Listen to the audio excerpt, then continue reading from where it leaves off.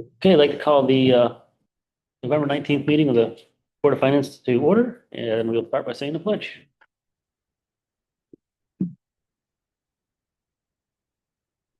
Pledge allegiance To the flag of the United States of America, and to the republic for which it stands, one nation, under God, indivisible, with liberty and justice for all.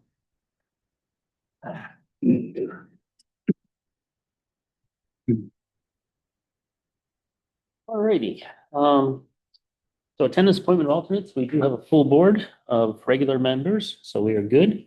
Nice to see the new members join us tonight, so Thank hopefully we'll have a productive season ahead of us.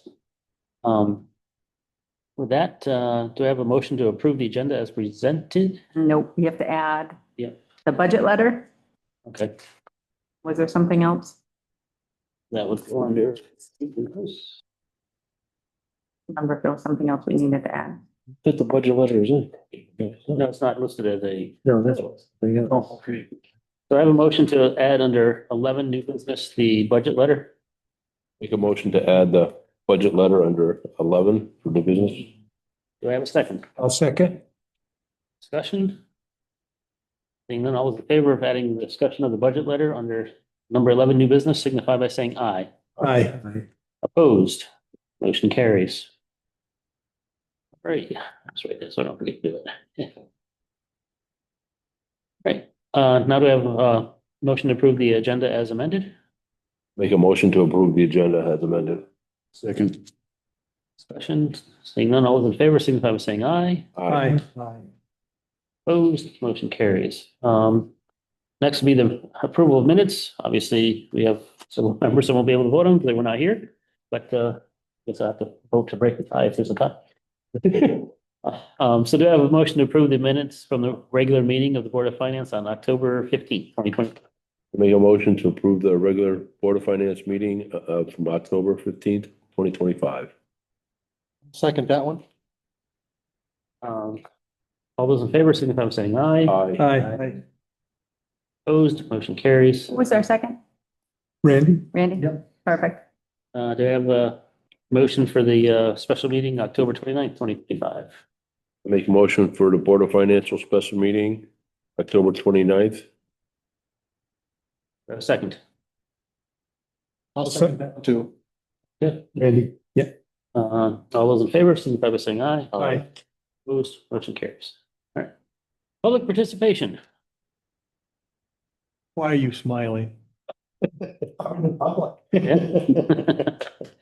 All right, communications, I have none, Amy. And Ready. Moves us down to monthly reports, and we'll start with the town. all right, so first I'm going to answer all your questions from last month. Your professional services for the tax collector, I did reclass a $619 bill to printing and binding, but they're still going to be short. You'll see it in the transfers when we get there. Supplies, I had to do a transfer, no, they'll be okay. Though there are stuff being in there that we secured services from QDS for some of our late notices. Park and Rec, the rebuild of the decking at the band shell was in the wrong account. It was just keyed incorrectly by the person who keyed it. It needed to be in site improvement, so I did that reclass. And the tax collector, there's also a couple more transfers. They needed money for the mileage for going back and forth to tax collector class because she wasn't certified, so she's going to class to be certified now. So you'll see the transfer there. 244 was for this semester, but she has another class she has to take in the spring. So I did a $500 transfer to cover the mileage for both sessions of class. All right, now, I know usually we go pretty quickly through the reports, but because we have so many new people, I'm going to take some time. Yep. We're going to start with the revenue. The first 3 pages are the tax collector. One stop. Can I get a copy? It's Oh, yeah. a couple. No, I have another one. We have another one? Need it too. We'll give the one sheet. Yeah, I don't know how we ended up with not enough. I had to eat. Thank you. I've got Um, something. You flip that past the budgets, you come across the, No, I know what you're talking about. Yep.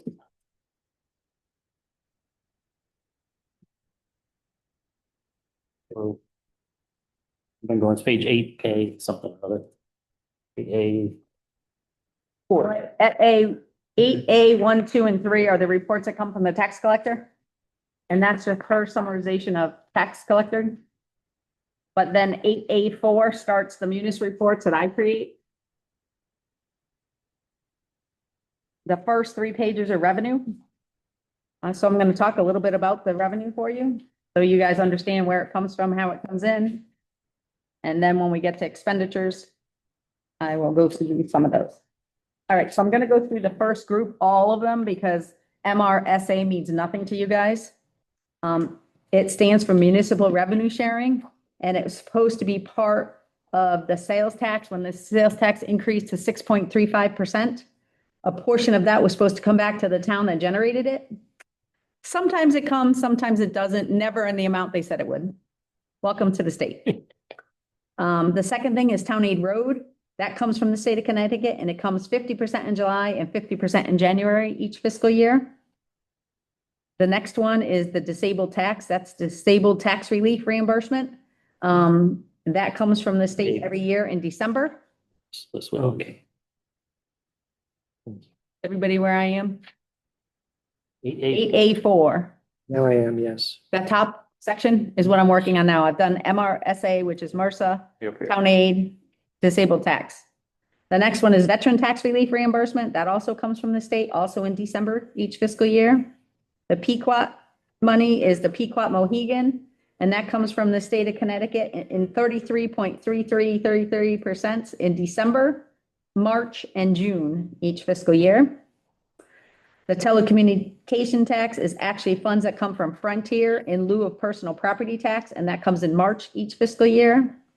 The ECS means equalized cost sharing, and that comes from the state of Connecticut, 25% in October, 25% in January, and 50% in April.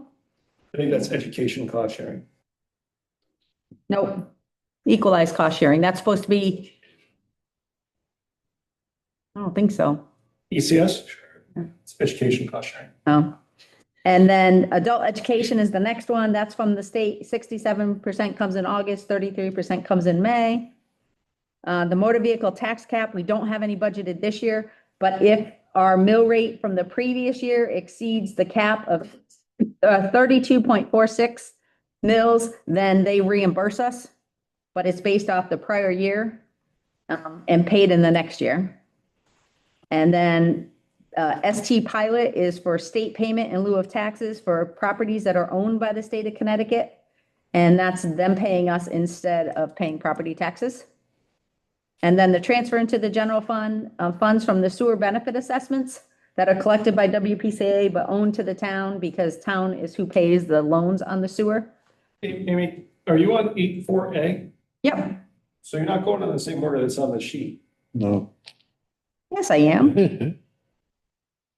So. Telecommunication, ECS, adult ed pilot. So the only thing missing is the transfer in because there's not a line there because we haven't done anything yet. Okay. But yes, You also did the motor vehicle tax. which wasn't on here either. Okay. And I told them it wasn't on there because we didn't qualify for it. Right. I'm just doing some confused folks down here. So we have just finished the part under the general fund that was under 1005 with all zeros. Those are all state of Connecticut or other source related to not a specific. The next ones are all department driven. The assessor fee is the budget of 300 has no dollars. That's if somebody comes looking for a electronic copy of the grand list or comes and makes copies. And then the copy fee is collected and put into here. The next group is the tax collector. So this is the summation on the munis format of her collection. So of her $37 million, she's collected 21,482,000, which is 58% of the budget. And then the next one's prior taxes. The next one's tax refunds, motor vehicle supplement, which is taxes charged for cars purchased after the October of 24 grand list. So this is going to be something a little different for you guys. When we bill our taxes in July, it's for the previous October's grand list. So October 24 grand list got billed in July of 2025. So the grand list gets done in October, but that's the tax bills for next July. and also the January after. So there's a supplemental motor vehicle. So if you purchase something after the grand list is done, it becomes a supplemental motor vehicle the next year. And then interest and liens, that's on tax payments that are late. And aircraft registration fee is from plane owners at Skylark Airport. That's the tax collectors. On mine, the housing authority, the $20,000 budget with no money, the housing authority pays us in lieu of taxes also. So instead of paying us taxes, there's a formula that's driven off their income, but we get it in August of the next year. So you won't see it until we get to the end of the year reports. What is that payment to us? It's due for June 30, but it doesn't get paid until usually July or August. So they still haven't paid it for this year? No, they did, but it's next year's. Okay. This is money that would have been collected based on this year, so we won't see this money until next July or August. Almost a year from now. The other item is perpetuals. The next one, it says perpet. That is a $10 fee that comes to the cemetery and they bring to us. I really don't know any more about it, but there was questions about it the other day. Whether it was recorded somewhere or somebody was keeping track of it, or I have no idea. We've collected $10 so far this year. And I don't think we ever make the budget of 100. So that would be 10 different payments of $10. Rental income is for our leases. We lease some farmland. And the payments get recorded there. Insurance rebate comes from Karma. If we looked at financials from last year, that number was 13,000. This year it was 29. There's never a budget because we don't know that we're even getting it until after the year budget is done. Let's see what else. Interest income, that's truly interest earned on general fund money. The fund balance is invested, and that's what we have earned so far this year in interest income. Miscellaneous is anything that relates to the prior fiscal year or anything else that wasn't budgeted somewhere else. And use of fund balance, we budget $1.2 million out of our fund balance to use to offset the tax mill rate when we do our budget. And this is where it's accounted for. And does everybody know what fund balance is? I don't know. Does everybody know what the fund balance is? Oh, it's not Parks and Rec. Why don't you go ahead? The fund balance is basically our reserves. What's ever left over from revenues brought in compared to budget versus expenditures brought into budget becomes our fund balance. And we have somewhere between 8 and 10 million right now. And but that's it's supposed to be up to 4 months of expenditures. And that's low. I just went to Moody's rating thing and they told us that we are half of what we are or should be across the country. That New England is notoriously cheap in putting funds away for a rainy day. But the state regulates how much we can. Nope, we could have a lot more. Mostly it's New Englanders don't want to put it away because people call it a slush fund. People claim that, why are you taxing people for things that are going to maybe happen? So, but it's there if something goes wrong. A good example is not long after the new year started, we had a $500,000 bridge or dam repair at the bottom of Depot Street. It was $500,000 and it had to be turned around pretty quickly because it was an emergency. You can't leave it like it was. It was literally falling in. So, and you didn't want the road to go next. So, so those are the kind of things that fund balance is available for. Things like COVID, but we didn't have to really use it then. People thought we might have to, but we didn't end up using it. People came and actually paid their taxes. Some people that hadn't paid on time actually paid on time. So that's all the ones that I'm in charge of. Town clerk, I think, are pretty self-explanatory. Their recording fees are their recording fees for anything that gets put into the town records. Their conveyance fee is the fee that they collect that we get to keep tied to real estate transactions. Planning is all tied to their planning and zoning, their ZBA, their inland wetlands, food trucks, and ZEO fines. Police, the police fees are anything they collect, including if somebody needs fingerprinting. Their fines actually come from the state of Connecticut. All the traffic tickets they give out, they don't get any of the money. The state collects it all, and then they give us back a portion. Everything you've heard about police having quotas. There's no such thing. It doesn't benefit the locality for them to issue tickets anyway. They just do that because it's the law. Is that just our town or is Nope, it? that's everywhere. That's the whole state of Connecticut. Oh. The next one is building permits. Those are the permits he's issued for people who want to build or want to remodel. Public Works, road cut permits, recycling rebates, and scrap revenue. Senior Services, Dial-A-Ride, and Greater Hartford Transit District. These are funds from Greater Hartford Transit District for running our Dial-A-Ride program. And we receive them in November, March, April, and June for a total of $7,000. Park and Rec, food and beverages, pavilion rentals, swim lessons, park tickets, and park admissions, all at the res. And that's the sum total of our general fund revenue. The budget is $47,712,566, and we've collected $24,651,951. And these reports are all through, if you see the period where it says 2026 period 4, that is October, because our fiscal year for 26 starts in July. So July is 1, August is 2, September and October is 4. So next month you will see 2026 period 5. But those will only be for November. So this 04 means it's October. So that is revenue. Does anybody have any questions? I had a couple if nobody Okay. else does. That's fine. When we were developing the budget, there was some concern about both prior year taxes and interest income. That we had budgeted them too high. And it looks like we're actually doing pretty well on both of those line items, based on what we've collected so I far. think they were adjusted correctly. I think so too.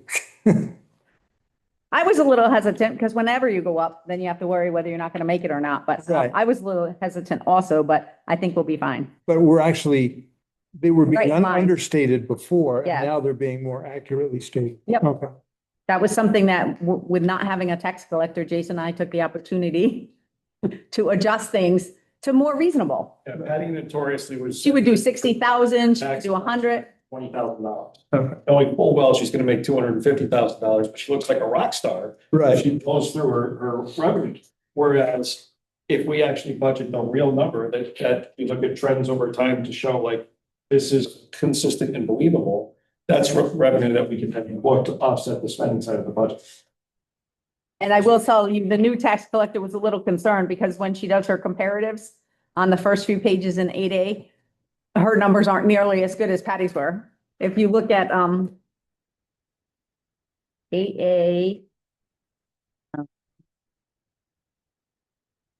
number 2, it's a tax collector review, and her number for prior taxes is only 62%, where last year's at this time, it was 336%, and the year before it was 240%. So this just tells you why it was so low. It was, the numbers aren't really significantly different. We're at 186, they were at 201 and 144. But the percentages were so different because the budgets were so low. Yeah. The budgets used to be $60,000 the prior year, they're now 300.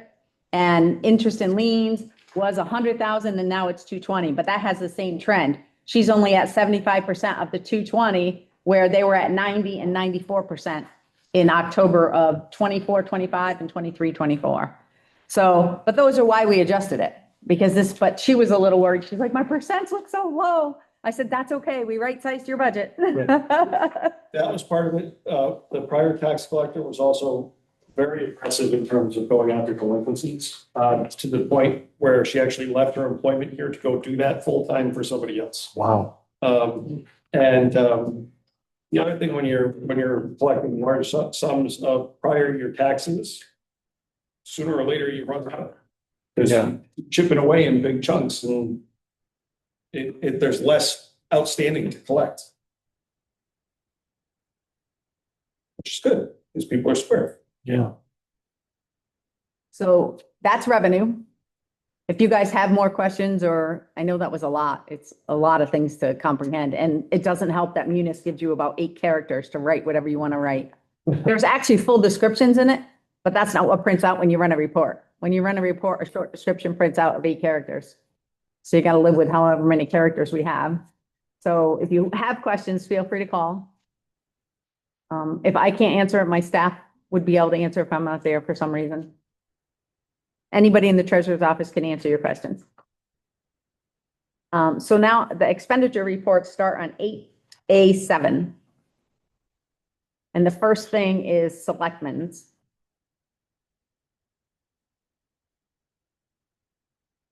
And I'm going to do that one because it has a lot of things that aren't just theirs. So when you think of selectmen, you think of Jay's office, which is Jay and his two staff, but you'll see as I tell you, many of the things are not just Jay and his two staff.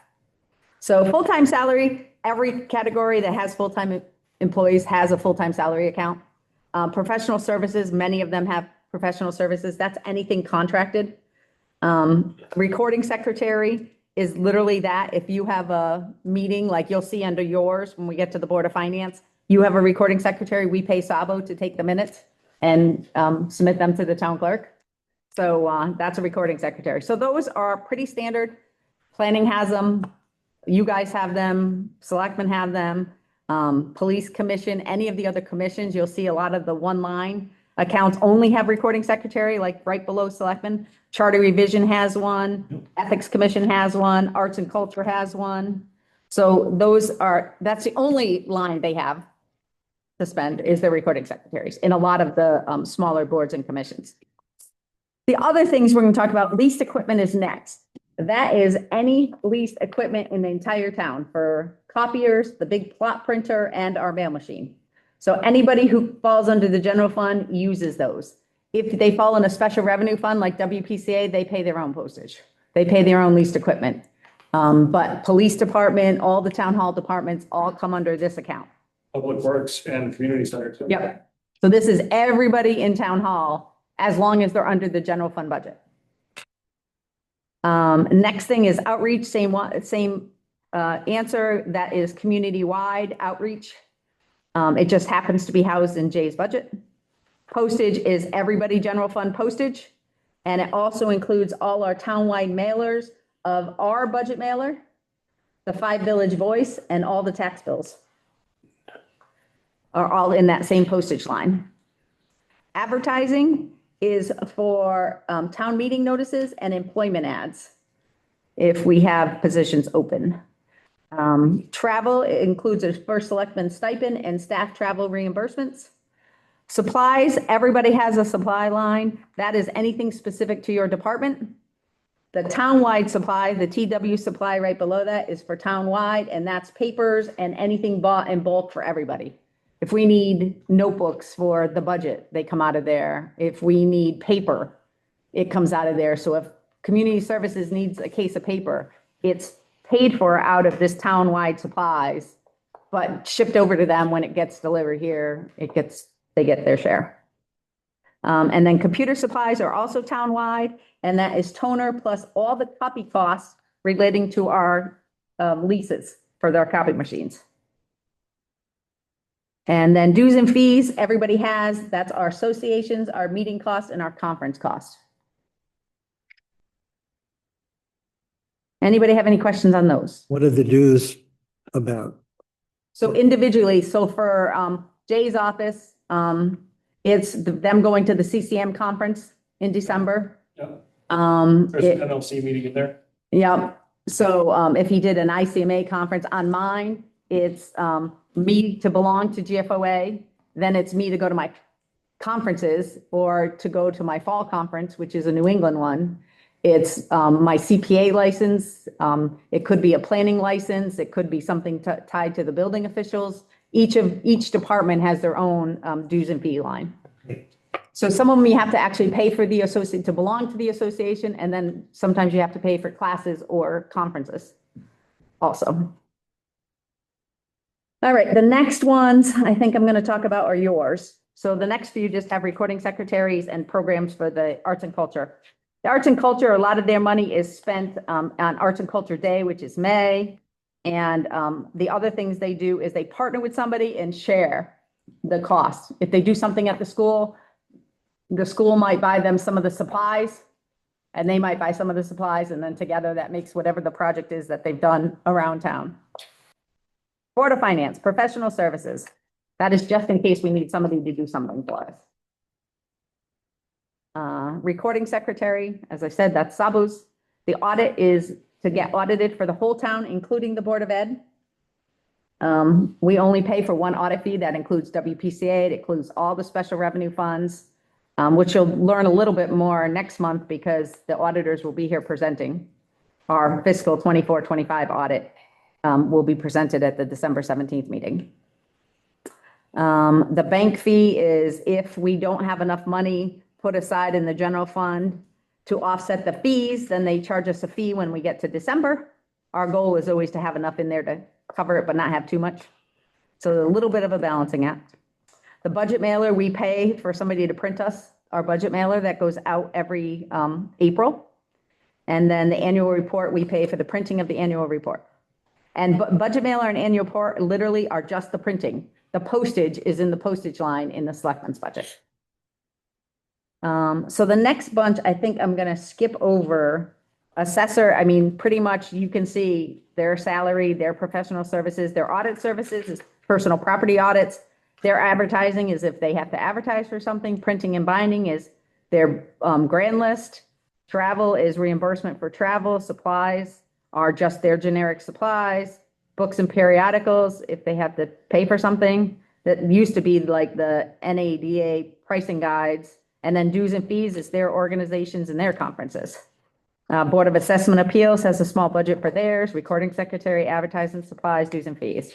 So pretty much that's going to be standard amongst every department. And treasurer is the only one that's a little different is I pay for something called PR services, which is about halfway down my line on page 8A9. And that is payroll services for the entire town. We pay the service for everybody to be processed through Paylocity and have their 1099s done or their W-2s done, their 1095Cs for their insurance. That's all paid for out of my department, but it is a townwide service. Let's see. Activities and fees is the next one I'm going to talk about. It's at the bottom of that same page. It says probate has a $4,000 budget, nothing spent. We are part of a regional probate court system. I think it comes out of South Windsor. They bill us when they feel like it. And they bill us twice a year, but usually about April, we're calling them to ask us for the first half of the year. But that's how it works. We make sure by June 30, we've contacted them and we make sure by the time we close the books at the end of August that their bill is here so we can get paid. Health District, we pay to be part of the North Central Health District. That is the fee we pay. We pay it twice a year. So they get 50% and then the other 50%. Most of our organizations that we give money to, that's the way it works. Recognition is literally that, plaques, awards for number of service years. CCM is to belong to the CCM. It's a townwide fee for the $7,000. CROG is a townwide fee for $10,000. Memorial Day is $1,200 for flags. That will be zero all the way until June because they don't do it until May or June. Metro Hartford Alliance is a fee, also tied townwide. Transit District is also a fee townwide. Cemetery, they come and ask for a fee. We give them half in July and the other half in December. Health and Wellness is the old V&A, and that's a fee that they ask for town fair. When we're hosting, it's $5,000. If not, it's some other amount of money, but it seems to vary. Mental health is $783. That's a townwide fee. Domestic violence, that's a townwide fee. American Heritage, that's the money for her water testing, along with her recording secretary. And if they have to do pamphlets, that all comes, American Heritage, that's their sum total of their organization's money that we give them. Melrose School, that's a set fee that they get. And UR Community Cares is an allocation. If somebody wants to sign up for the program, we have to pay for background checks on both the person and the person getting the services. That's activities, fees, and associations. So that's outside organizations that are getting money from the town out of the general fund budget. Any questions on that? Okay, the next one I'll do is IT because that's townwide also. So that's the next item down. The professional services is our computer consultant fee. The purchase services are cybersecurity, website, Barracuda, Sonic Wall. The software licensing is all our software, Microsoft, ClearGov, GIS, Zoom, antivirus, police software, Munis, QDS, town clerk software, and community services, and building department. So that's anybody who has some kind of software tied to their department. It is all accumulated and paid for in this information technology budget. Cable is actually not just cable, it's cable and internet services townwide. And the IT equipment is for equipment replacement. That's our IT budget for the whole town. Let's see, registrar of voters. They start on the bottom of this page, but their accounts are really on the next page.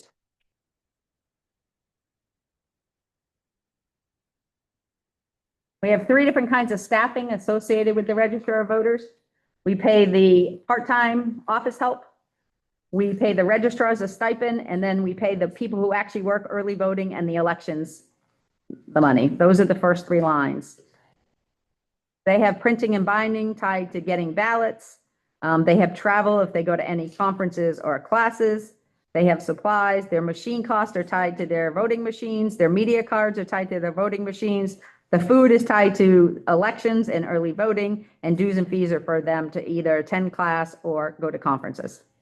That's registrar of voters.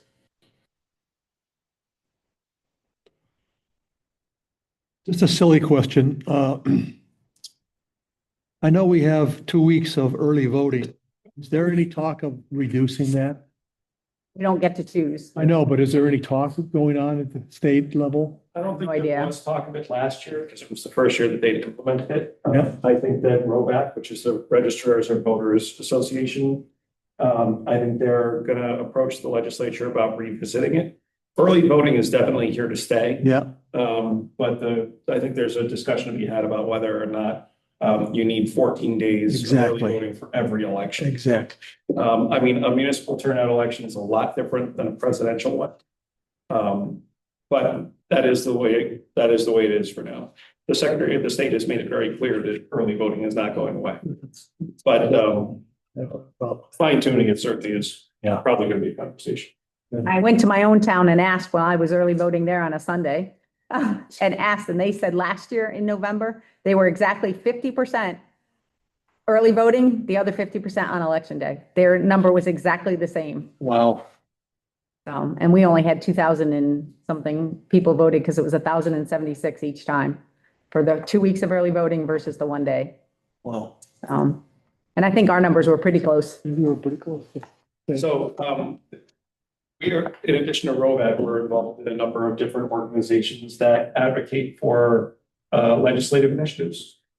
This will be something I'm sure CCM will talk about because they hate municipal mandates. And that's exactly what this is. I also chair CROG's Legislative Committee, the Capital Region Council of Governments. It's not issue specific to what CROG will do, so it will not be part of that agenda. But it probably will be part of the Council of Small Towns, COST, and CCM. COST is the acronym. Yeah. We are not a COST municipality. I actually withdrew us from that my first year because it's very redundant to what CCM does, except CCM is a bigger bang for your buck. They have a research component that COST can't even come close to. So I pulled us out of COST, but CCM fills that same role for 168 towns, all but Vernon. The next thing is property insurance. The next couple are just the planning department and then a couple commissions, planning and zoning, zoning board of appeals. Then property insurance actually says it's on that bottom of that page, but it really starts on the top of the next one. And so LAP insurance is covered our liability, auto and property insurance, plus cyber, fiduciary, crime and bonds.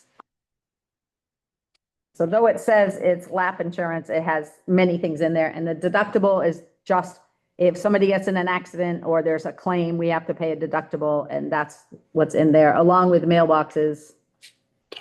If somebody needs their mailbox replaced. Okay, next one's a bunch of commissions. Mostly recording secretaries.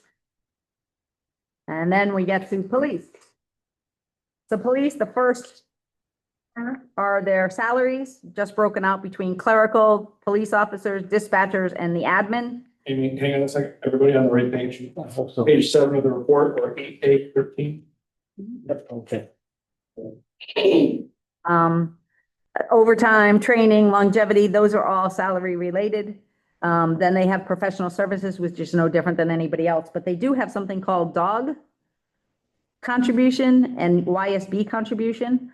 Those are contributions made out of the general fund that go over to another fund to account for that activity. So the dog contribution goes to the dog fund, which accumulates the cost associated with the licensing of dogs, which mostly goes back to the state of Connecticut.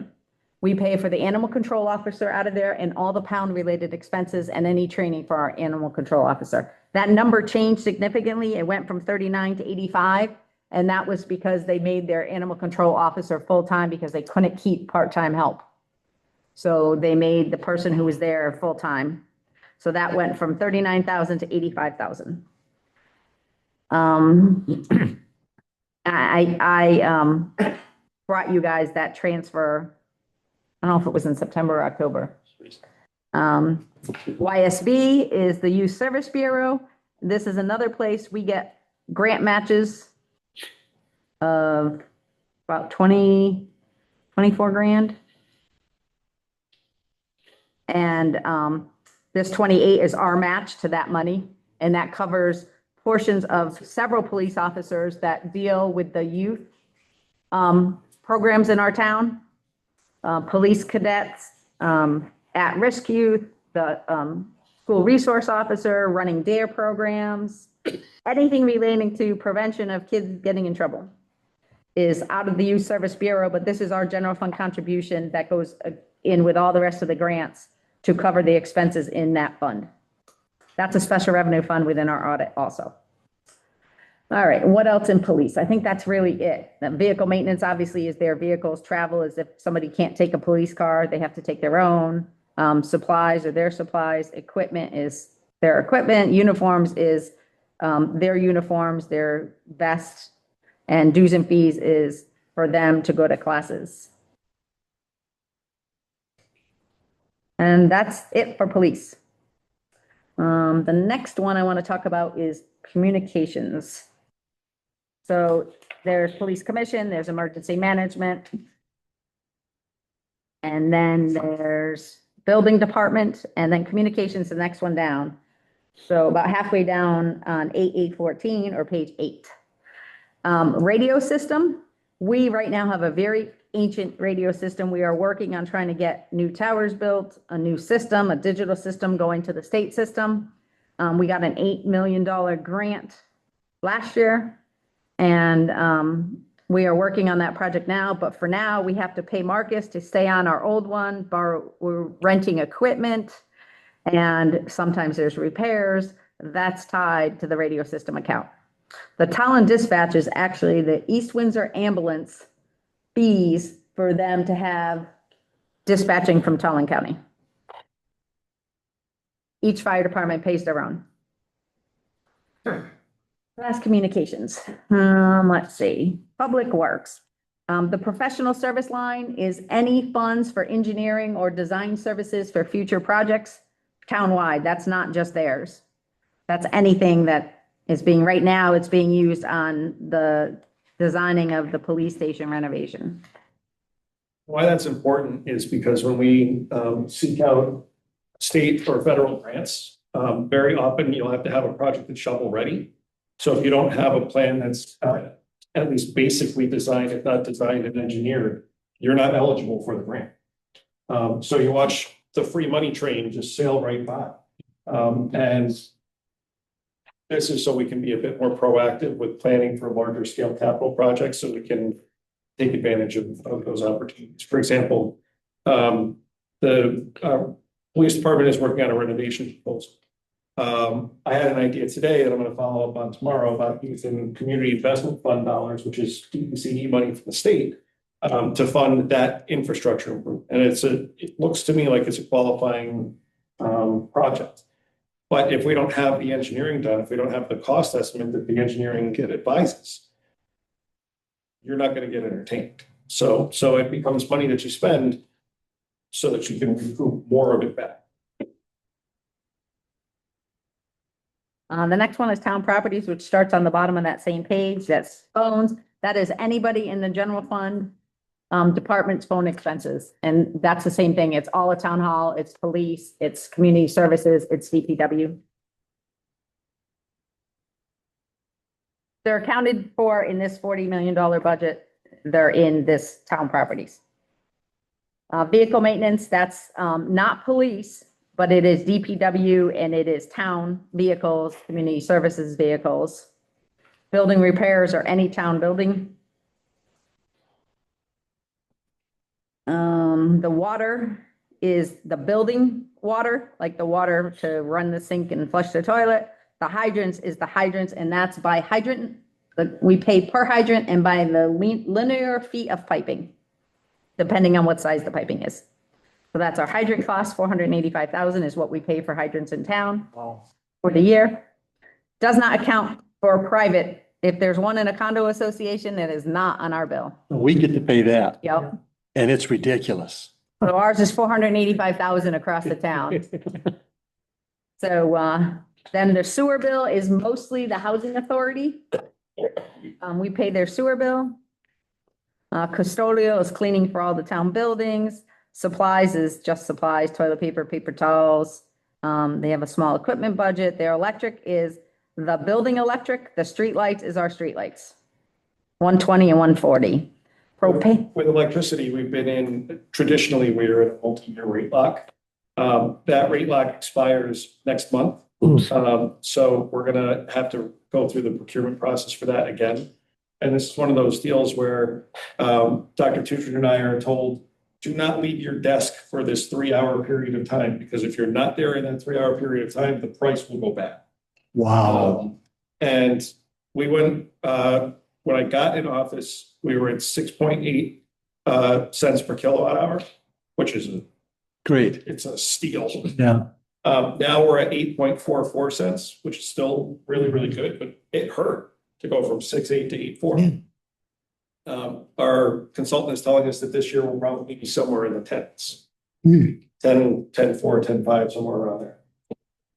Still a decent price, but it will affect this. Yeah. Line. Yeah, big time. And then heat or oil is, it could be propane, natural gas. No, it could be natural gas or oil heat, depending on what the building has. And then gas and diesel is for the vehicles, and that includes police vehicles and town vehicles and all the DPW trucks. So that's town properties. Salt and sand and road maintenance are the next two. Salt and sand is literally that, salt and sand. And if we have a light winter and we don't need a lot of it, then we spend it in the road maintenance. But the road maintenance is not paving. It is signs, guardrails, catch basins, tops, materials, riprap, all that stuff that they need relating to projects, but for stuff that they do around town. No road paving in the road maintenance line. Let's see, building committee. I don't think we need to do anything there. Sanitation. This is our garbage collection. This is the cost of refuge collecting for households and town buildings under the collection, the $820,000. The disposal is the refuge disposal for households and town buildings, $357,000. And the SSR stands for single stream recycling, and that's for households and town buildings, $75,000. So that's the cost of the town to get rid of their trash.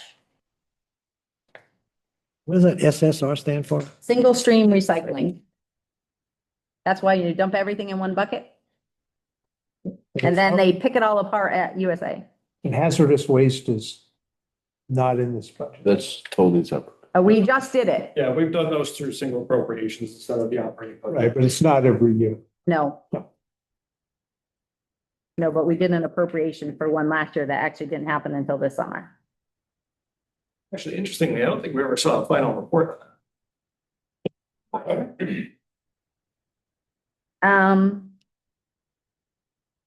Next one, social services, elderly commission, they're meeting, but apparently nobody's doing recording secretary. Or Yeah, nobody, we've got a secretary. okay, so nobody's getting paid. So social services, the only one that's different than what you guys would see is the general assistance, which is $25,000. That is for individuals that need assistance or people that have been displaced by something the town did. How's that for an explanation? Yeah. If we have to trigger, the Federal Relocation Act, we are responsible for the short-term, housing of people who are displaced. So if there's a fire and we have to condemn the building and people need to be put up in a hotel, totally does happen. If the landlord, if it's a rental property, if the landlord won't or can't cover the bill, the town has to cover the bill. And then we can lien the property and recoup it later. We're in the process now of revamping the Relocation Act policy for the town, so that we have less exposure in that, because we did have one particular fire from 3 or 4 years ago that left us on the hook for a displaced family for like almost 2 years. Wow. And there were issues there. The half of getting like kind for like money is very difficult, Yeah, especially if somebody's getting a really good deal. Somebody's happy to have somebody in there, so they're only renting the whole house for $1,200. Well, where are you going to find a house for $1,200? Yeah. Nowhere. Don't worry. So the like kind for like price is very difficult part of that Relocation Act.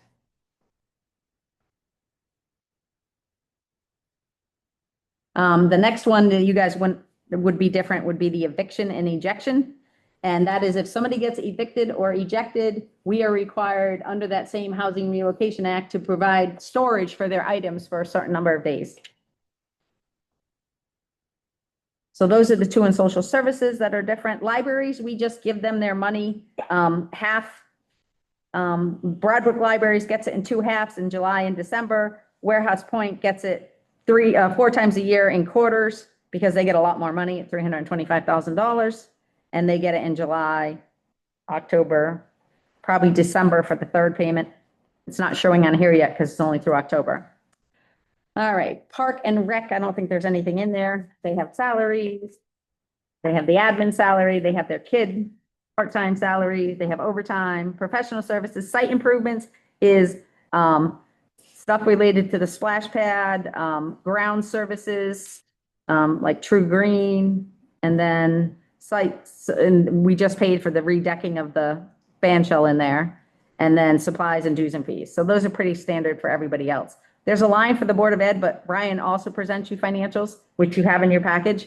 But we just keep track of, as we've given them the money, how much we've given them in our line, so that the total on the bottom is our whole general fund budget. Principal and interest is payments on debt that we need to pay. There was a lot of talk about it last year. There is excess money in these accounts, but we don't want to drain them because we have some debt that needs to be issued for some big projects that are coming. we also can't reduce them without, affecting the town's spending cap Yeah, and affecting state grants that we get based on that. If you exceed, what is it, 2.5%, Amy? No, it's whatever CPI was. So this year it was like 313.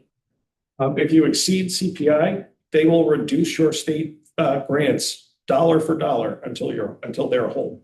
wow. It is a huge loss. So as tempting in the budget process as it is to affect debt service and capital improvement, there is a major downside to messing with those lines. And the next one is the capital improvement. That's an allocation that we give the CIP committee. They come up with project lists. It gets approved by the Board of Selectmen, and then it comes to you guys, usually in the summertime. All right, the next section is employee benefits, and we're going to talk about all of them because they're all going to be new to some of you people. 27 payroll, anything other than the 26 payrolls we pay in the year. Could be 1 day, could be 2 days, it could be 3 each year. It changes until it gets back to for a whole 27th payroll, and then we go back to none. FICA, that is our share of Social Security for all the employees.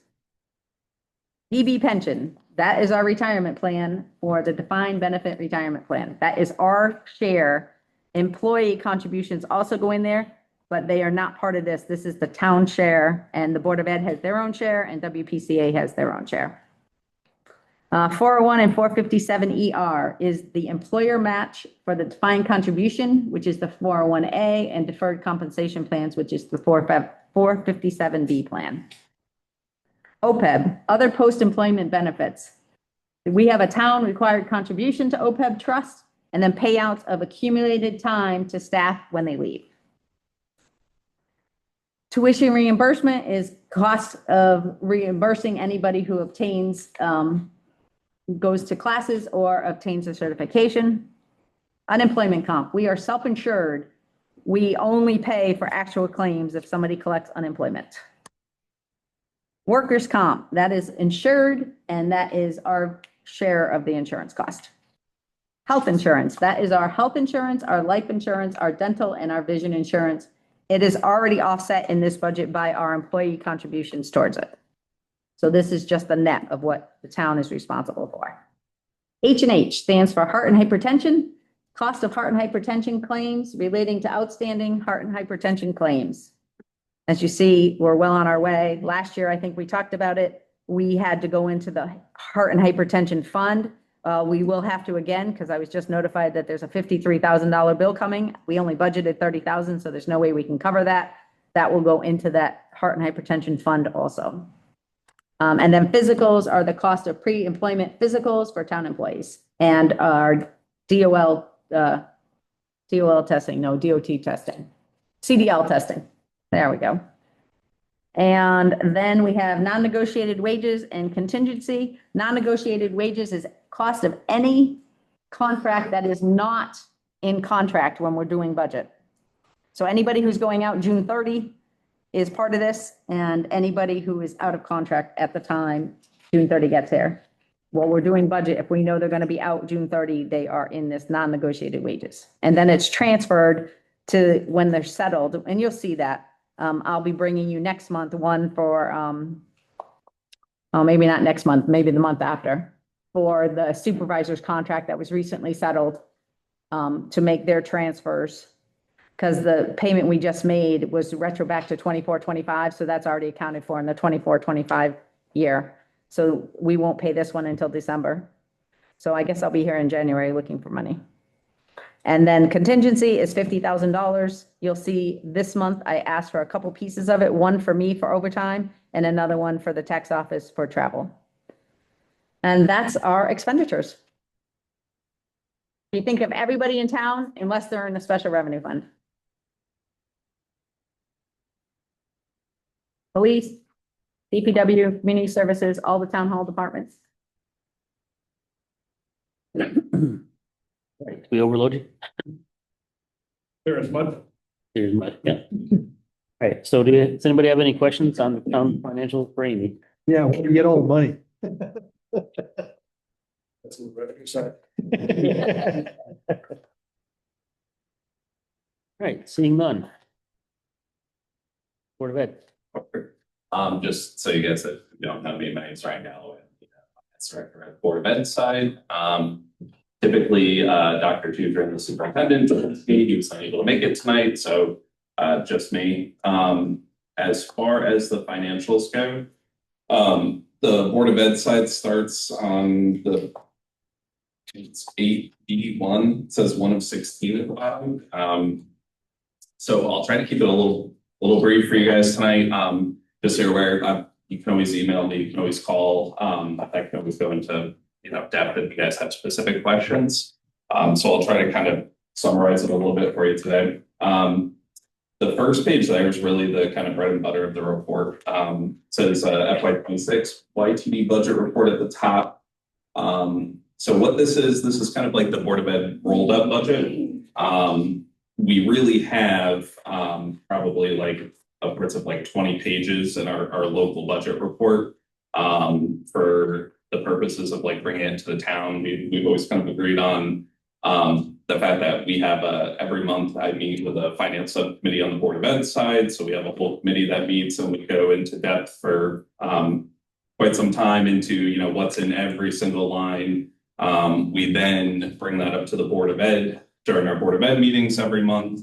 So if there's more in-depth questions there, we answer them there, and then we kind of bring you guys kind of the, I guess, the rolled up budget, if you will. So on this first page here, it essentially rolls up by department. So you'll see like Board of Ed, elementary, middle school, high school, special ed, so on and so forth.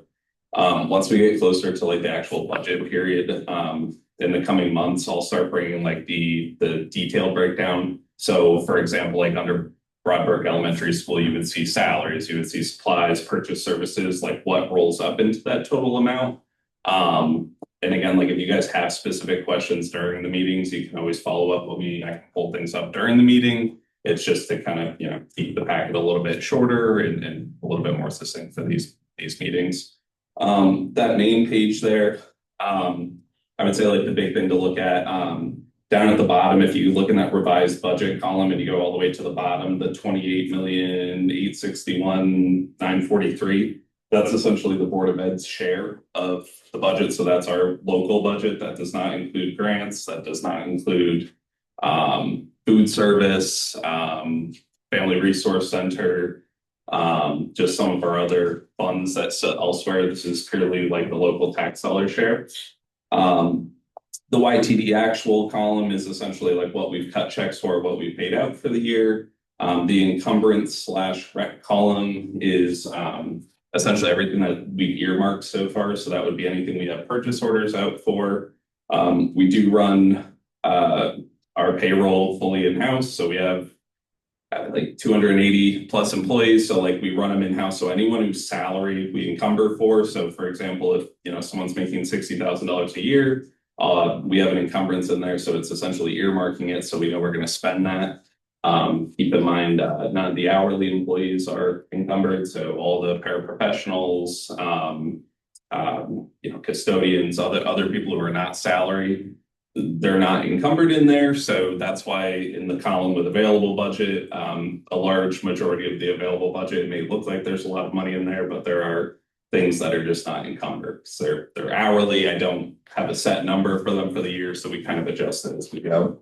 Rec is requisitions. So that would be essentially we have a process over there where hypothetically a purchasing secretary for the high school, they need to buy some supplies, they'll submit a requisition. It goes through my office. We'll look at it, make sure it makes sense. We approve it. We generate a purchase order. They give a purchase order, which is essentially a binding agreement to the vendor that yes, we will pay you once the service is rendered. We send that out, we get our service, and then we cut the check. Then the encumbrance column lowers and it shows up in the YTD actual column. Available budget column is essentially you're taking the revised budget, less what we've cut the YTD actual, less your encumbrances, and that's what's left. Again, sometimes it can be kind of deceiving just on the things that aren't encumbered or things that are being transferred. For example, like in the district wide, it looks like there's $2 million. There is not. That is our medical share, which is like the largest portion for the Board of Ed. We do not do purchase orders for medical. Essentially, we withhold, depending on the contract or the bargaining unit that the person is in, we withhold a certain amount from their paycheck that goes into our account. We have the local share of it, and then we cut the checks to Anthem. So just the way that it filters in Munis, like our accounting system, we don't put a purchase order in there. So you'll see that available balance every month. We're usually cutting upwards of like, I think this month it may have been like almost $400,000 to medical. So you'll see that kind of come down and then be offset with withholdings from payroll. And I'll kind of dive more into that like as we go through a few more meetings. Before I go into the next page there, does anyone have any questions as far as the general fund goes?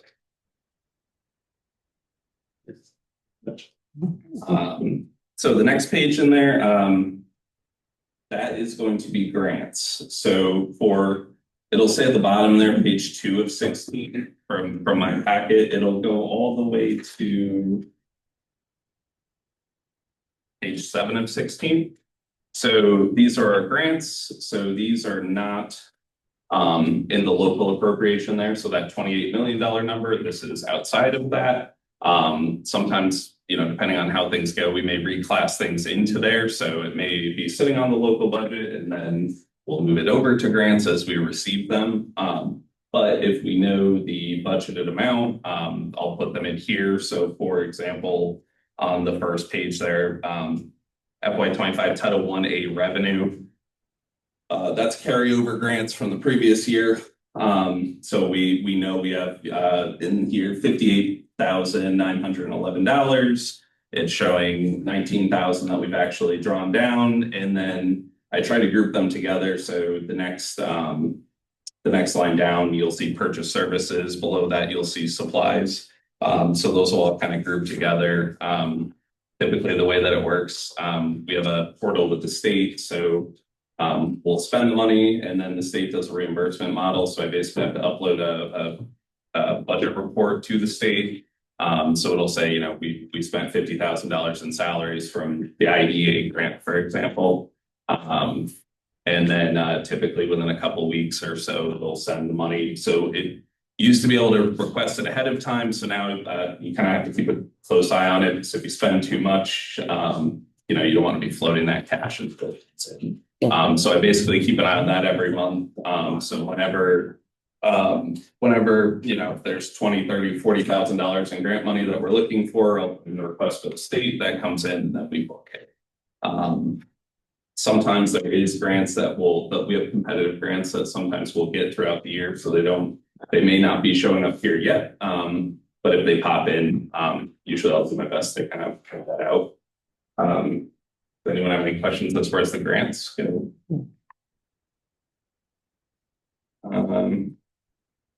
Go down to page 8.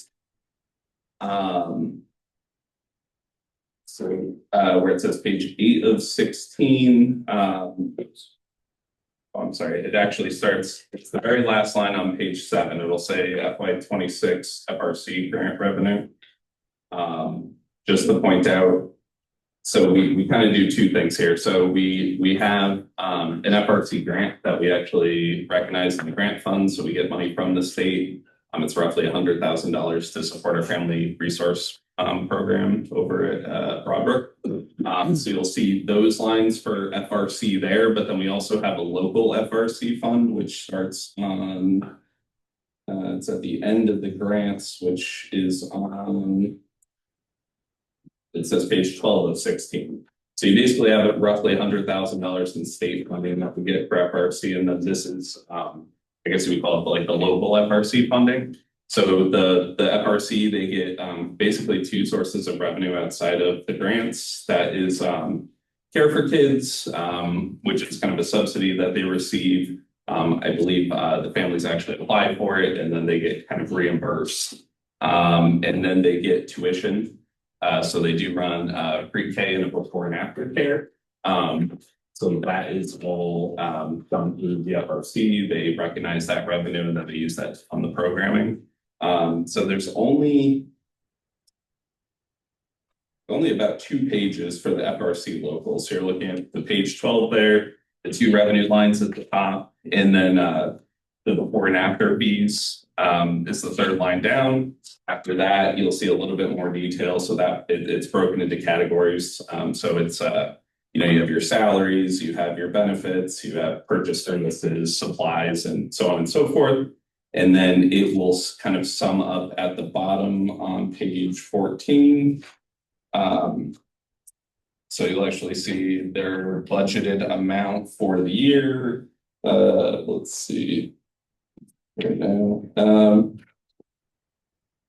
we have 268,000 roughly is their ballpark number there. Now, keep in mind that will fluctuate. I do work with Kate Mobley, the director of FRC. She does a lot of the budgeting portion. They used to have a board, and now she's doing a lot more of it on her own. And I've been helping her out with that to kind of project what they're going to be bringing in, and then to help with the expenses. So basically, I'll meet with her a couple times throughout the year and basically say, like, you know, how are things looking? Like, is our enrollment up or down for the pre-K and before and after care? So we can kind of put a rough estimate to make sure they're still, gonna stay in the black for the year. They're not gonna overspend. Any FRC questions so far?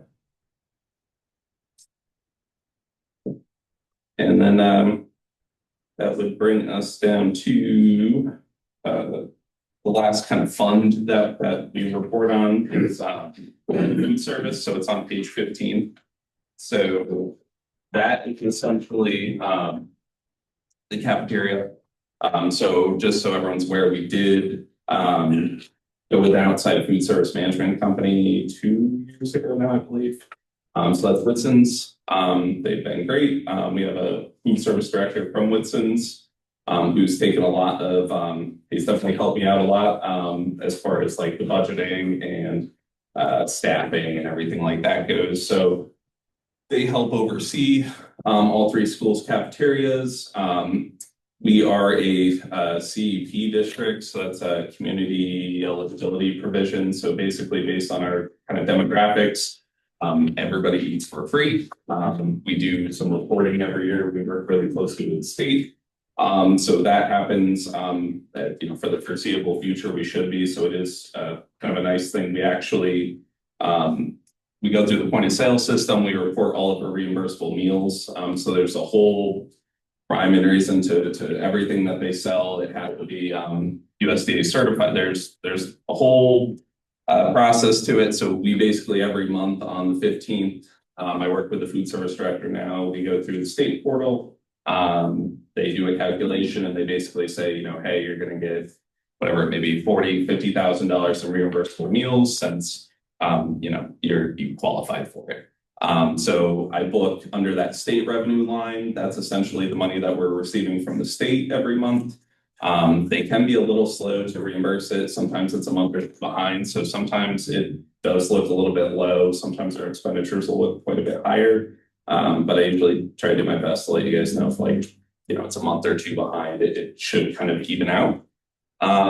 Miscellaneous revenue is typically, if they do any, it's not too often, but it would be like if they're doing like a catering or something, like, you know, if they're doing a special event, if it's like a fundraising event, and then also through, we have a system called Pay Schools. So even though all the kids eat for free, they're, you know, if you wanted to get additional food, they do have the option to pay for it. It's not too often, but that's where that gets recognized as well. And then we have, you know, cafe wages and salaries. That's all the cafeteria workers.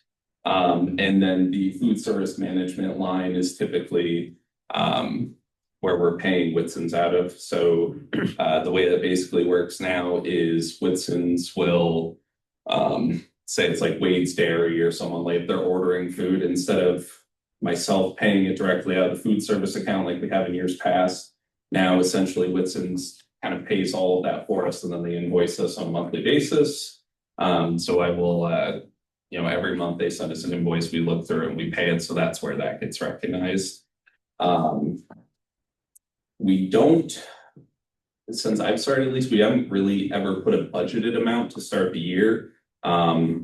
A number of reasons for that, but the plan should be for this coming year to, you know, work pretty closely with Whitson's and hopefully put a budgeted amount in there. Since I've been here maybe 4 years now, we have kept the food service program self-sufficient. So my understanding in years past, we had to kind of subsidize some of the costs in the local budget. So, you know, the local Board of Ed side was actually helping offset the cost. We have not had to do that. I know that's, you know, Dr. Tudrin's plan is to keep it that way. So we do our best to kind of track it throughout the year, but that, again, hopefully in this coming year, we'll be able to actually put a budgeted amount in there, since we'll be working a little bit closer with the state. But as of now, I don't have any concerns that it's going to not be self-sufficient, just based on our reimbursement rates and expenditures and the last couple of years of data. I don't see that happening, but that is why I don't see a budgeted amount. We track our actuals and our encumbrances, and again, hopefully this year we'll have it in there. But that is the food service section. Anyone have anything on that or any of the other sections so far? Okay. Yeah, like I said, I mean, again, you can always email, call, anything like that, if you want more detail, and then What is your name again? Ryan Ryan. Galloway. Ryan? It's on the bottom of the sheets. Oh, okay. Oh, yeah, it says generated by. Yeah. I always forget that, so. Okay, any further questions for Board of Education?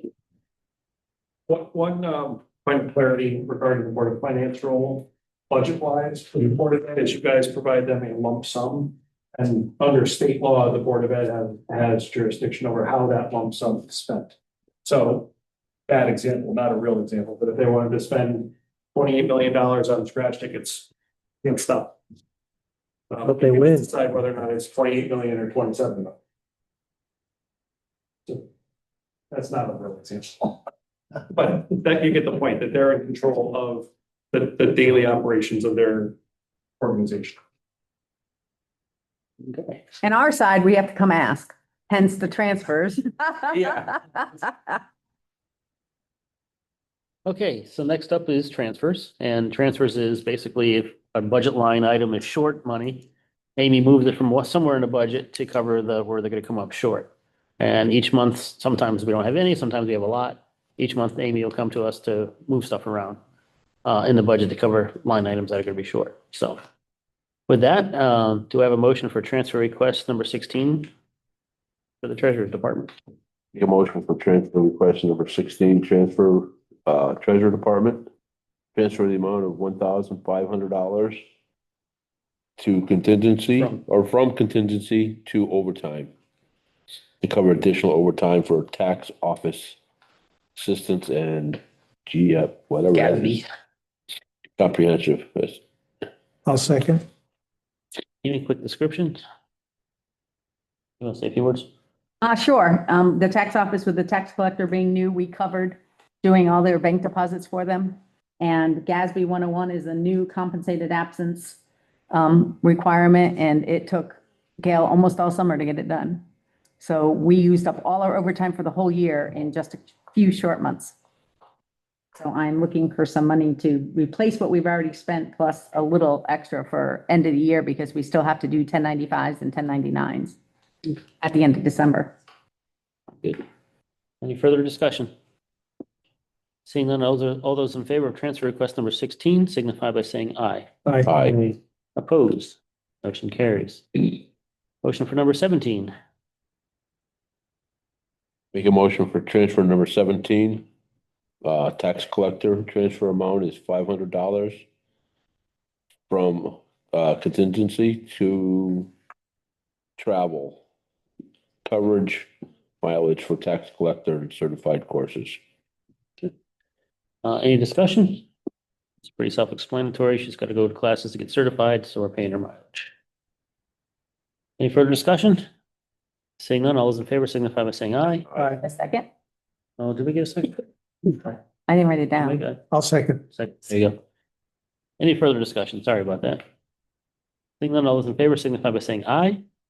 Opposed? Motion carries. Number 18. Make a motion for transfer number 18, department tax collector. Transfer $1,000 from part-time to overtime. Transfer upspent part-time wages to cover overtime for full-time staff. Second. You got a quick description of that one, Amy?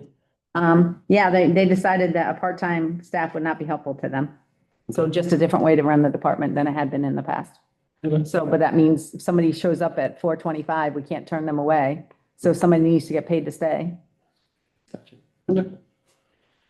Any further discussion? Seeing none, all those in favor signify by saying aye. Aye. Aye. Opposed? Motion carries. And number 19. So a motion. Make a motion for transfer number 19, department tax collector for $850 from line item printing and binding to professional services. Transfer budgeted mailing services for professional services. I'll second. Discussion? Is that one? When we budgeted the extra $2,000, we did it all in one line. And it really needed to be, we did it all in the printing and binding line through the Board of Selectmen. And instead of splitting it out to supplies and professional services, the bill actually comes with 3 parts and we put it all in one line. So we're moving a chunk of it to the professional services, which was short already. That was one of the questions last month. So we were already short last month, even after I did the reclass for $619, we were still negative. And we have 2 more things coming tied to delinquents for real estate and supplemental motor vehicle. Very good, thank you. Any further questions, discussion? Seeing none, all those in favor signify by saying aye. Aye. Opposed? Motion carries. All right, that moves us to 8D, reconciliations. Interfund is in balance. Okay. All right, Yeah, we're reconciled through September, almost through October. okay, very good. All right, next, Board of Selectmen updates referrals. Jason. First of all, to our new members, welcome. It's gonna be fun. You're gonna learn a lot, and I'm sure you'll make contributions to the town board.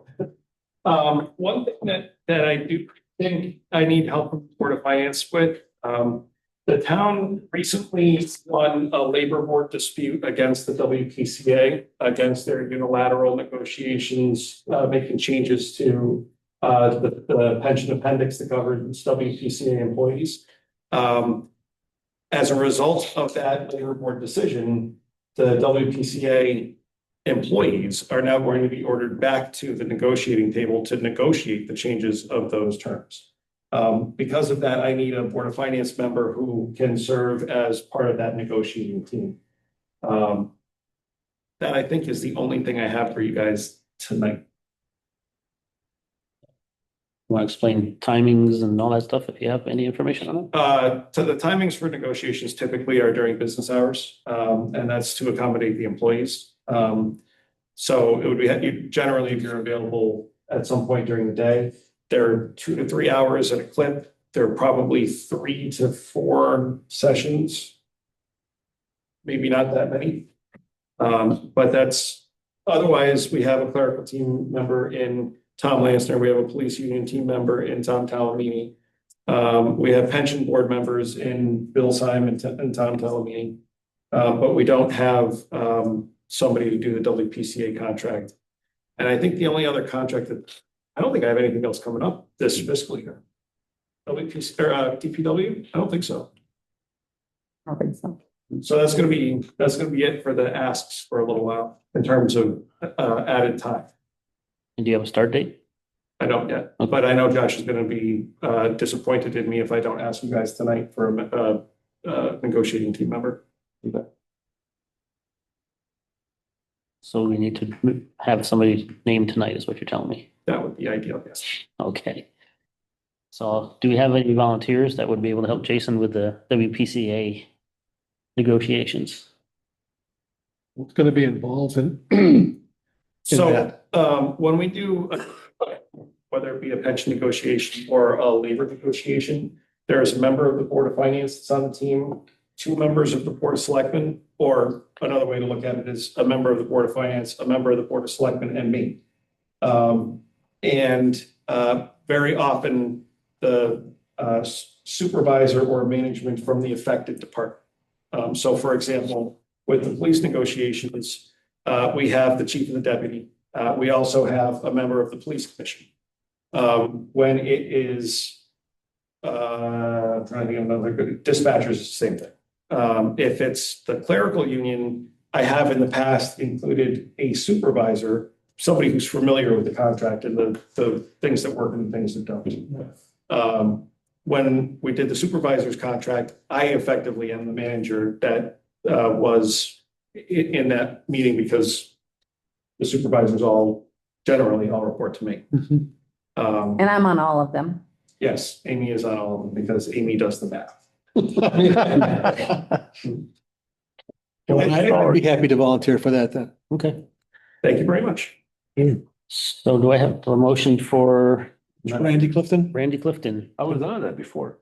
You were on the WPCA team? Yeah, the first, I didn't know that. I'm sorry. You want to do it I again? kept my mouth quiet, see? I was learning. Okay. So do I have a motion for Randy Clifton to be the Board of Finance member of the WPCA negotiation? Do I have a motion? I'm a motion for Randy to be on that committee. Do I have a second? Yes.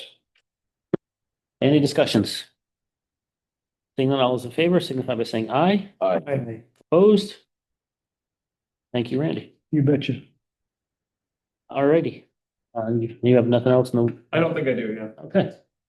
You can speak for the BOE? Yeah, yep, I actually have, I sent something to present to you guys. So, as far as the Board of Ed side, it's mostly a synopsis of, we had a big Veterans Day, event over at the school. So at the high school, 15 local veterans joined students and staff for breakfast and conversation. Small group discussions were had. Veterans had an opportunity to share their stories with students. The morning concluded with a student-led school-wide assembly featuring poetry, the presentation of medallions, and performances by the band and chorus. Heard very good things about it. The middle school side of things, they welcomed 6 local veterans, including 2 who were family members of current students. The veterans visited the classrooms. They were able to answer quite a number of questions from the students. Students learned about the origins of Veterans Day, and they prepared letters for the visitors and letters to be sent to deployed troops. Right. And then last but not least, elementary school students participated in the annual boot camp activities, which included physical challenges and team building exercises. Students also at the elementary school created thank you cards and read stories to learn more about what it meant to be a veteran. And then all buildings are collecting store-bought goods and hygiene products, which will be sent to deployed troops for the holidays. So all good things. Thank you. All right, that moves us down to number 11, new business, and that is discussion or approval. I think we need a motion to approve a letter that is presented to us here. We should all have a member from Jason to the departments. This letter is sent out because it's actually, even though we don't do the budget till next year, the process needs to start now. And this is a letter Jason sends to the departments to, I guess, get them started. You want to say a few words? So, this is a draft of a letter that we send on behalf of the Board of Selectmen and the Board of Finance. It has not gone out yet. It did go to the Board of Selectmen last night. And the reason that I did it last night instead of tomorrow night is because if we had not coordinated with you guys, then the budget letter wouldn't have gone out until the week before Christmas, and that's no. So the board took a little bit of a different tack than we have in years past. I gotta just pull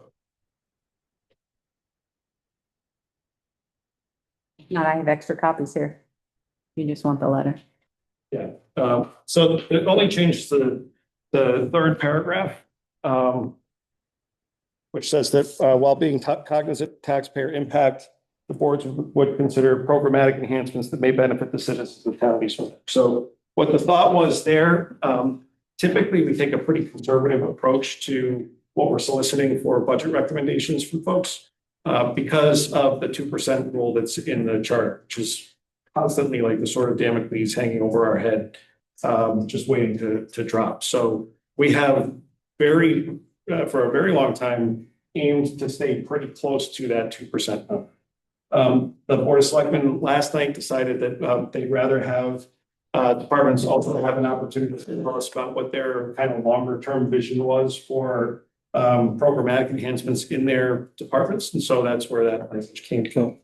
The highlighted language is not going to stay highlighted. That was just to draw your attention to really what the parameters of budget ask of departments were. And then that's it. Is there anything you want to add? Nope, oh, that's right. You're the front of the board now. He's the deputy. Okay, there you go. I mean, your red line, your third paragraph covers my thing. I mean, I agree with trying to keep it as close to 2% as possible, but we also can't restrict them from doing things they need to do. And you covered that in that paragraph for me. So I think that was my concern last year too, is that we don't want to hold them back if they need to do something, but obviously we need to stay, we know what the budget process is, so. But no, you've covered my concern, so. I also, having been a member of the Board of Finance for a number of years, I take a pretty aggressive first swipe at them. Amy and I heard it pretty good before it leaves my office. Certainly, I'm looking forward to giving people an opportunity to make pitches for future growth in their departments, but my inclination, I'm just gonna do that. I am fiscally conservative to the point where I will take probably the same stance I've taken in the past, and if people want to put stuff back in, that's up to them. We Give me appreciate one- that. Could you give me one quick example of what somebody would be asking for, like they might have asked for in the past? 2 new cops. Okay. That's Or two new bodies in a department. A body in a department is gonna cost us $130,000 give or take, depending on the bargaining unit and the insurance plan, right? If we hit a 2% scenario, we only get 2% of the $47 million budget comes out to be about between the schools and the town, we get about $370,000. So if health insurance is going up by 10% on a $1.5 million budget, half my new money is there already. right. So then you have to look around and say, of everything else that we have going on, whether that be contractual obligations or utility cost changes or whatever it is, it's extremely difficult to live within that and add new things. Typically, we get to do 1, maybe 2 small to medium-sized things a year. As an example, 2 years ago, the sacred cow, if you will, was I wanted to make sure we had money in the budget to do an all-agency emergency services drill day. Not a tabletop, not a simulated, a real, we're taking over the school for the day. We're going to bring in actors. We're going to run injects and let cops, fire, EMS, dispatching, everybody just practice for real. That was an example of a new thing that I wanted to make sure was in there. We kept it in there this year, so that's actually going to happen again this weekend. And as far as I know, and I'm not sure of this, but I don't know of any other town, at least any other town comparable in size to us that does that. But I have real interest in making sure that if the police need to get nasty, they can get nasty. That's all I wanted to know. But nobody can tell anybody that that emergency management thing is going to be this weekend. It's a secret I said it's secret. because they don't want anybody to know. They don't want the police to know. They don't want the fire department to know. They don't want- They don't want them to know what the injects are. They don't know what's happening. Yeah, they know they get. They don't- I was under the impression they didn't even know it was going to happen this weekend. No, they know what's happening. They're all scheduled to work it. They don't know what the calls are going. Okay. And last year, we actually took things to make sure that the people who lived around the middle school knew this is a. Yeah. Because Channel 3 showed. lights, a lot of Yeah. sounds. Yeah. Channel 3 is going to show up and CBS News. And A lot of barking dogs. all right. It's to sing the praises of our police department. Oh, they did I know you're a They police did a super job. I sincerely think that we have one of, if not the best police department in the state of Connecticut. Yeah. I love that they are so approachable and involved in all of the community stuff that they do. But again, with 2 kids in the school system, I want to make sure that if they need to get nasty, they. And in the drill that happened last year, this is not the drill that's happening this year, so I'll tell you what it was. But in the drill that happened last year, they were told that there was an active shooter in the middle school and that there were injuries and victims. What they were not told is that there were 2 shooters in the school. And within 3 minutes, in both times they ran this drill with different personnel, within 3 minutes, they dropped both shooters. I want to make sure that they can do that. I love the officer friendly stuff, but I want bad cop too. Okay, so back to the letter. Does anyone have any other concerns? Anything they'd like to mention and say on the letter? Good to me. All right, if not, do I have a motion to approve the letter from the Board of Finance? Motion to approve. Motion to approve, second? Second. Okay. Any further discussion? Seeing none, all those in favor of approving the letter signify by saying aye. Aye. Opposed? Motion carries. Tom, were you my first? Just. My first, you second. Yep. Okay. Unfinished business, we have none that I'm aware of. No. So that dropped us down to board member comments. And we'll start with Tom. I just, welcome everybody and I'm looking forward to, working with our new crew. I kind of second that. Welcome, everybody, and it will get easier after tonight. I got thrown at you tonight. Yeah, welcome aboard, everybody, and looking forward to working with you all. Thank you. And you will have, I should say, you are eligible to participate in any discussions we have. You just don't have a vote unless someone is missing from the committee. So feel free, even though you're an alternate, we probably should have stated that up front, but things come to mind late sometimes. But yeah, you can discuss any motion that's being made, anything like that. You just don't have a vote unless someone is missing. And we'll appoint you as a voting member that night. Okay, thank you. I'm thrilled with being here. I think it's a great opportunity. I thank you for it. Sure.